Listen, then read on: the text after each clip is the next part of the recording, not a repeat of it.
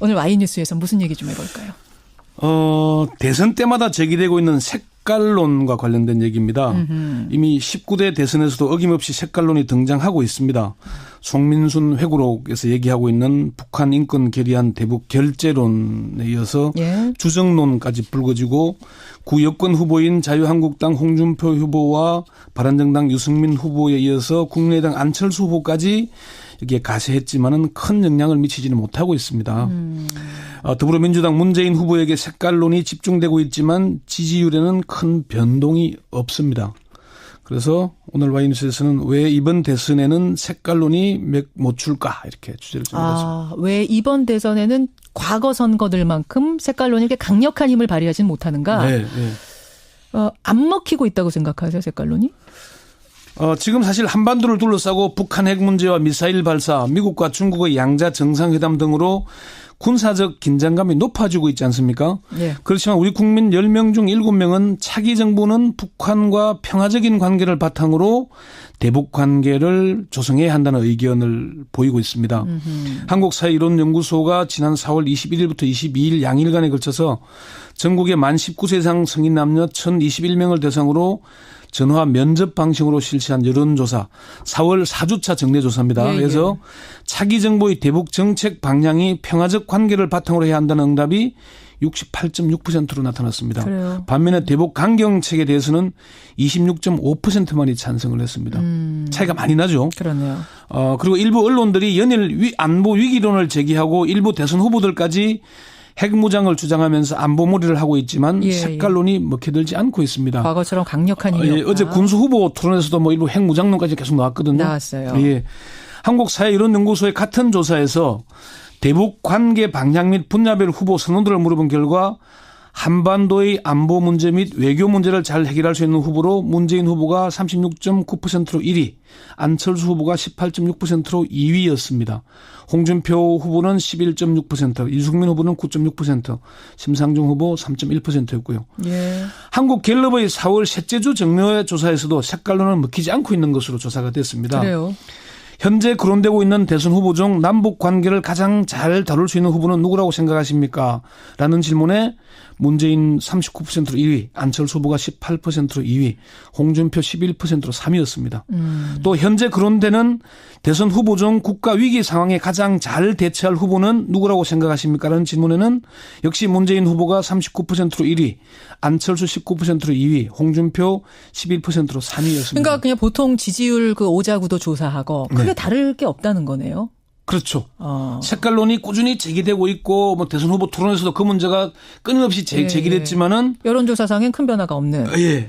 그럼 전문가들도 이번 대선은 색깔론 별로 영향 못 준다 이렇게 평가합니까? 그렇게 보고 있습니다. 한나라당과 새누리당에서 3선을 한 정두원 전 국회의원은 색깔론이 언제적 얘기냐. 색깔론은 이미 약발이 다해서 오히려 역풍이 분다면서 역풍이 분다. 색깔론은 식상하고 더 이상 선거에 영향을 못 미친다고 본다. 이렇게 얘기를 했고요. 최창렬 용인대 교수는 색깔론은 보수 성향 후보들이 문재인 후보를 공격하려고 한 것인데 완전히 실패했다. 문재인 후보 득표에 불리하지도 않고 이른바 보수 후보들에게 유리하게 작용하지도 않고 오히려 이런 식으로 가면 안보에 기대어서 득표 전략을 구상하다가는 역풍을 맞는다. 역시 역풍 얘기를 최창렬 교수도. 윤희용 오피니언 라이브 이론 분석센터장은 보수 후보들이 안보 이슈 쟁점화에 성공했지만 범야권층은 색깔론 반감 및 위기감으로 결집하고 보수표의 분산 효과로 이어지고 있다. 그렇게 분석을 했습니다. 그래요. 자, 그러면 왜 이번 대선에서는 색깔론이 그렇게 토론에서 막 들이대는데도 맥을 못 추는가? 왜 힘을 못 발휘하는가? 뭐라고 분석하세요? 첫 번째는 이번 대선이 박근혜 전 대통령의 탄핵에 따른 보궐선거이기 때문입니다. 이번 대선이 장미 대선으로 불리지 않습니까? 그렇죠. 추운 겨울이 아닌 5월에 치러지기 때문인데 촛불 시민혁명으로 사상 초유의 박근혜 대통령 탄핵과 구속 기소. 이거는 색깔론으로 덮을 수 없는 뛰어넘는 국정농단 세력에 대한 분노가 가시지 않고 있는 상황이기 때문입니다. 그러네요. 오히려 색깔론보다는 정권 교체론이 더 먹히고 있죠. 한국사회이론연구소 강철구 대표는 노년층 일부와 극보수층은 문재인 후보를 빨갱이라고 주장하지만 색깔론이나 안보 불안 논리가 먹히려면은 중도 보수층이 이를 받아들여야 하는데 중요한 건 중도 보수층이다. 이들이 박근혜 탄핵 이후 냉정하게 판단하고 있기 때문이다 이렇게 봤고요. 그렇게 봤군요. 두 번째는요. 양자 대결이 아닌 다자 대결 구도이기 때문에 색깔론이 먹히지 않고 있습니다. 그건 무슨 얘기인가요? 양자 구도에서는 색깔론이 위력을 발휘합니다. 지난 18대 대선에서 이른바 NLL 프레임이 선거 막판까지 영향력을 미쳤죠. 그렇지만 다자 대결에서는 색깔론이 먹히지 않고 있는 데다가 그걸 제기하는 후보가 효과를 보지 못하기 때문입니다. 왜 다자 대결인 거랑 무슨 상관이에요? 유승민 후보가 지금 문재인 후보에게 색깔론을 꾸준히 제기했죠. 토론회에서. 예. 그런데 유승민 후보의 지지율에 변화가 있습니까? 없더라고요. 그게 특히나 이게 야대 야 이런 양강구도 아닙니까? 예, 문재인 안철수 다 그렇죠. 야권 성향이기 때문에 이런 이유들로 봅니다. 세 번째는 일종의 학습 효과인데요. 지난 18대 대선에서 NLL 문건 파동으로 문재인 후보가 공경에 처했는데 최창렬 교수는 문재인 후보가 2012년에는 NLL 프레임에 빠져들었지만 이번에는 무시 전략으로 프레임에 빠져들지 않고 있다 이렇게 분석을 했습니다. 지금 그러니까 이 회고록 논란에 대해서 그쪽 캠프가 무시 전략을 하고 있다라고 전문가들은 보는 거예요. 네. 아니 뭐 고발도 하고 대응도 하고 있는데 그 정도면은 무시 전략입니까? 이게 뭐 토론회에서 그제 보셨겠지만 유승민 후보의 문제 제기에 오히려 그냥 무시하고 넘어가는 듯한 이미 내가 해명했다. 그런 것이 더 키우지 않는다. 거기에 빠져들어서 NLL 아니다 무슨 원본을 찾아보자 이런 식으로 안 나갔다는 거죠. 그때는 이제 원본을 까는 공개하는 수준까지 갔었으니까. 여기에 북풍물이나 색깔론을 제기한 정치인이 오히려 불이익을 받거나 형사처벌을 받는 것도 색깔론이 먹히지 않는 이유 중 하나로 꼽힙니다. 그래요. 남북 정상회담 대화록을 유출한 정문원 전 의원, 법원에서 검찰 구형보다 높은 벌금 1,000만 원이 선고됐죠. 그리고 새누리당 공천에서 탈락했고 정문원 전 의원은 새누리당을 탈당했습니다. 정두원 전 의원은 색깔론은 오히려 역풍을 맞고 있다. 1997년 대선에서 총풍이 있었지만 역풍이 불었고 2010년 지방선거 때도 천안함 역풍이 불었다. 뭐 젊은이들이 사실 색깔론 제기해봤자 무슨 소리인지 잘 모른다 이렇게 얘기까지 했습니다. 무슨 소리인지 모른다. 네 번째는 선거 때마다 색깔론을 제기한 구 여건이 오히려 안보에서 더 불안했기 때문이라는 분석도 있습니다. 이명박 박근혜 정권이 9년 동안 안보는 더 불안했고 남북 관계는 강경 일변도였지만 달라진 건 없다는 겁니다. 이게 좀 저는 일리가 있네요. 그러니까 안보하는 정권에게 10년을 맡겼는데 그래서 안보가 정말 평화로워졌느냐 해결됐느냐 요거에 회의감을 느낀다는 거군요. 오히려 불안감만 더 높아졌다. 그런 분석이 나오는 거죠. 그런 분석이 있고요. 다섯 번째는 실제 한반도에서 위기가 조성되고 있으니까 전쟁을 잘 하겠다는 사람보다는 전쟁이 일어나지 않도록 잘 관리할 사람을 선택하라는 경향이 나타나기 때문이라는 분석입니다. 그렇군요. 이것도 전문가들께 그런 분석들을 하고 있습니다. 보수에서 지금 핵무장론이라고 얘기하고 있는데 그게 오히려 전쟁을 부추기는 게 아니냐 더 겁난다 뭐 이런 의견. 한반도가 더 뜨거워지잖아요. 그 점에 대해서 우려를 하는 거죠. 그러면 이번 선거처럼 앞으로의 선거에도 색깔론이 더 이상 힘을 못 쓸까요? 그 부분은 어떻게 보세요? 큰 재미를 못 볼 것이라는 분석이 많습니다. 최창렬 교수는 색깔론이 노년층에게는 영향이 있겠지만 중도 보수층에게는 생뚱맞게 느껴지고 뜬금없는 프레임이라는 느낌을 받기 때문이다. 이게 효과가 별로 없다. 대선 후보들도 빠르게 색깔론을 접을 것으로 본다 이렇게 얘기를 했고요. 사실 1971년부터 97년까지 4차례 대선에 출마한 김대중 전 대통령. 출마 때마다 색깔론 이념시비에 휩싸였지 않습니까? 그렇죠. 그렇지만 김대중 정부에서 이른바 보수층들이 주장했던 대로 적화가 됐습니까? 아니지 않습니까? 오히려 안보는 더 튼튼했다는 얘기들이 많잖아요. 이런 문제 때문에 오히려 앞으로 선거에서 색깔론은 더 이상 먹히지 않을 게 아닌가 전문가들은 그렇게 보고 있습니다. 그래요. 여러분의 생각은 어떠십니까? 색깔론에 얼마나 영향을 받고 계십니까? 혹은 이게 색깔론이 아니다. 꼭 따져야 될 거라고 생각하시는 9528님 같은 생각도 분명히 있으세요. 그러니까 주적임을 확실히 할 것도 반드시 필요하다라는 의견도 있으시고 반면에 황봉철님처럼 색깔 이런 거 따지지 말아라. 이런 의견도 있으시고. 여러분의 문자 보내주십시오. 오늘 색깔론 얘기해봤습니다. 권영철 선임 기자 수고하셨습니다. 네. 오늘 Y뉴스에서 무슨 얘기 좀 해볼까요? 대선 때마다 제기되고 있는 색깔론과 관련된 얘기입니다. 이미 19대 대선에서도 어김없이 색깔론이 등장하고 있습니다. 송민순 회고록에서 얘기하고 있는 북한 인권 결의안 대북 결재론에 이어서 주정론까지 불거지고 구 여권 후보인 자유한국당 홍준표 후보와 바른정당 유승민 후보에 이어서 국민의당 안철수 후보까지 이게 가세했지만은 큰 영향을 미치지는 못하고 있습니다. 더불어민주당 문재인 후보에게 색깔론이 집중되고 있지만 지지율에는 큰 변동이 없습니다. 그래서 오늘 와이뉴스에서는 왜 이번 대선에는 색깔론이 못 줄까 이렇게 주제를 정했습니다. 왜 이번 대선에는 과거 선거들만큼 색깔론이 이렇게 강력한 힘을 발휘하지는 못하는가? 네, 네. 안 먹히고 있다고 생각하세요, 색깔론이?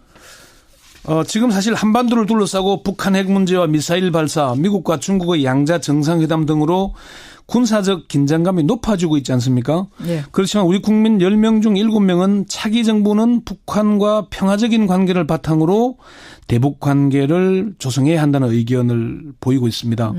한국사회이론연구소가 지난 4월 21일부터 22일 양일간에 걸쳐서 전국의 만 19세 이상 성인 남녀 1,021명을 대상으로 전화 면접 방식으로 실시한 여론조사 4월 4주차 정례조사입니다. 예, 그래서 차기 정부의 대북 정책 방향이 평화적 색깔론으로 덮을 수 없는 뛰어넘는 국정농단 세력에 대한 분노가 가시지 않고 있는 상황이기 때문입니다. 그러네요. 오히려 색깔론보다는 정권 교체론이 더 먹히고 있죠. 한국사회이론연구소 강철구 대표는 노년층 일부와 극보수층은 문재인 후보를 빨갱이라고 주장하지만 색깔론이나 안보 불안 논리가 먹히려면은 중도 보수층이 이를 받아들여야 하는데 중요한 건 중도 보수층이다. 예, 이들이 박근혜 탄핵 이후 냉정하게 판단하고 있기 때문이다 이렇게 봤고요. 그렇게 봤군요. 두 번째는요. 양자 대결이 아닌 다자 대결 구도이기 때문에 색깔론이 먹히지 않고 있습니다. 그건 무슨 얘기인가요? 양자 구도에서는 색깔론이 위력을 발휘합니다. 지난 18대 대선에서 이른바 NLL 프레임이 선거 막판까지 영향력을 미쳤죠. 그렇지만 다자 대결에서는 색깔론이 먹히지 않고 있는 데다가 그걸 제기하는 후보가 효과를 보지 못하기 때문입니다. 왜 다자 대결인 거랑 무슨 상관이에요? 유승민 후보가 지금 문재인 후보에게 색깔론을 꾸준히 제기했죠. 토론회에서. 그런데 유승민 후보의 지지율에 변화가 있습니까? 없더라고요. 그게 특히나 이게 야 대 야 이런 양강구도 아닙니까? 문재인 안철수 다 그렇죠. 야권 성향이기 때문에 이런 이유들로 봅니다. 세 번째는 일종의 학습 효과인데요. 지난 18대 대선에서 NLL 문건 파동으로 문재인 후보가 공경에 처했는데 최창렬 교수는 문재인 후보가 2012년에는 NLL 프레임에 빠져들었지만 이번에는 무시 전략으로 프레임에 빠져들지 않고 있다. 이렇게 한계를 바탕으로 해야 한다는 응답이 68.6%로 나타났습니다. 그래요. 반면에 대북 강경책에 대해서는 26.5%만이 찬성을 했습니다. 차이가 많이 나죠. 그러네요. 그리고 일부 언론들이 연일 안보 위기론을 제기하고 일부 대선 후보들까지 핵무장을 주장하면서 안보몰이를 하고 있지만 색깔론이 먹혀들지 않고 있습니다. 과거처럼 강력한 힘이 없다. 어제 군수 후보 토론에서도 뭐 일부 핵무장론까지 계속 나왔거든요. 나왔어요. 한국사회이론연구소의 같은 조사에서 대북 관계 방향 및 분야별 후보 선호도를 물어본 결과 한반도의 안보 문제 및 외교 문제를 잘 해결할 수 있는 후보로 문재인 후보가 36.9%로 1위, 안철수 후보가 18.6%로 2위였습니다. 홍준표 후보는 11.6%, 이승민 후보는 9.6%, 심상정 후보 3.1%였고요. 한국갤럽의 4월 셋째 주 정례 조사에서도 색깔론은 먹히지 않고 있는 것으로 조사가 됐습니다. 그래요. 현재 거론되고 있는 대선 후보 중 남북 관계를 가장 잘 다룰 수 있는 후보는 누구라고 생각하십니까?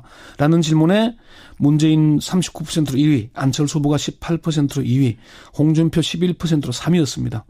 또 현재 거론되는 대선 후보 중 국가 위기 상황에 가장 잘 대처할 후보는 누구라고 생각하십니까? 라는 질문에는 역시 문재인 후보가 39%로 1위, 안철수 19%로 2위, 홍준표 11%로 3위였습니다. 그러니까 그냥 보통 지지율 그 오자구도 조사하고 크게 다를 게 없다는 거네요. 그렇죠. 색깔론이 꾸준히 제기되고 있고 지금 그러니까 이 회고록 논란에 대해서 그쪽 캠프가 무시 전략을 하고 있다라고 전문가들은 보는 거예요. 아니 뭐 고발도 하고 대응도 하고 있는데 그 정도면은 무시 전략입니까? 이게 뭐 토론회에서 그제 보셨겠지만 유승민 후보의 문제 제기에 오히려 그냥 무시하고 넘어가는 듯한 이미 내가 해명했다. 그런 것이 더 키우지 않는다. 거기에 빠져들어서 옛날에 아니다 무슨 원본을 찾아보자 이런 식으로 안 나갔다는 거죠. 그때는 이제 원본을 공개하는 수준까지 갔었으니까. 여기에 북풍물이나 색깔론을 제기한 정치인이 오히려 불이익을 받거나 형사처벌을 받는 것도 색깔론이 먹히지 않는 이유 중 하나로 꼽힙니다. 그래요. 남북 정상회담 대화록을 유출한 정문원 전 의원, 법원에서 검찰 구형보다 높은 벌금 1,000만 원이 선고됐죠. 그리고 새누리당 공천에서 탈락했고 정문원 전 의원은 새누리당을 탈당했습니다. 정두원 전 의원은 색깔론은 오히려 역풍을 맞고 있다. 1997년 대선에서 총풍이 있었지만 역풍이 불었고 2010년 지방선거 때도 천안함 역풍이 불었다. 예. 뭐 젊은이들이 사실 색깔론 제기해봤자 무슨 소리인지 잘 모른다 이렇게 얘기까지 했습니다. 무슨 소리인지 모른다. 네 번째는 선거 때마다 색깔론을 제기한 구 여건이 오히려 안보에서 더 불안했기 때문이라는 분석도 있습니다. 아하. 이명박 박근혜 정권이 9년 동안 안보는 더 불안했고 남북 관계는 강경 일변도였지만 달라진 건 없다는 겁니다. 이게 좀 저는 일리가 있네요. 그러니까 안보 하는 정권에게 10년을 맡겼는데 그래서 안보가 정말 평화로워졌느냐 해결됐고 뭐 대선 후보 토론에서도 그 문제가 끊임없이 제기됐지만은 여론조사상엔 큰 변화가 없는. 예. 그럼 전문가들도 이번 대선은 색깔론 별로 영향 못 준다 이렇게 평가합니까? 그렇게 보고 있습니다. 한나라당과 새누리당에서 3선을 한 정두원 전 국회의원은 색깔론이 언제적 얘기냐. 색깔론은 이미 약발이 다해서 오히려 역풍이 분다면서 역풍이 분다. 색깔론은 식상하고 더 이상 선거에 영향을 못 미친다고 본다. 이렇게 얘기를 했고요. 최창렬 용인대 교수는 색깔론은 보수 성향 후보들이 문재인 후보를 공격하려고 한 것인데 완전히 실패했다. 문재인 후보 득표에 불리하지도 않고 이른바 보수 후보들에게 유리하게 작용하지도 않고 오히려 이런 식으로 가면 안보에 기대어서 득표 전략을 구상하다가는 역풍을 맞는다. 역시 역풍 얘기를 최창렬 교수도. 윤희용 오피니언 라이브 이론 분석센터장은 보수 후보들이 안보 이슈 쟁점화에 성공했지만 범야권층은 색깔론 반감 및 위기감으로 결집하고 보수표의 분산 효과로 이어지고 있다. 그렇게 분석을 했습니다. 그래요. 자, 그러면 왜 이번 대선에서는 색깔론이 그렇게 토론에서 막 들이대는데도 맥을 못 추는가? 왜 힘을 못 발휘하는가? 뭐라고 분석하세요? 첫 번째는 이번 대선이 박근혜 전 대통령의 탄핵에 따른 보궐선거이기 때문입니다. 이번 대선이 장미 대선으로 불리지 않습니까? 그렇죠. 추운 겨울이 아닌 5월에 치러지기 때문인데 촛불 시민혁명으로 사상 초유의 박근혜 대통령 탄핵과 구속 기소. 이거는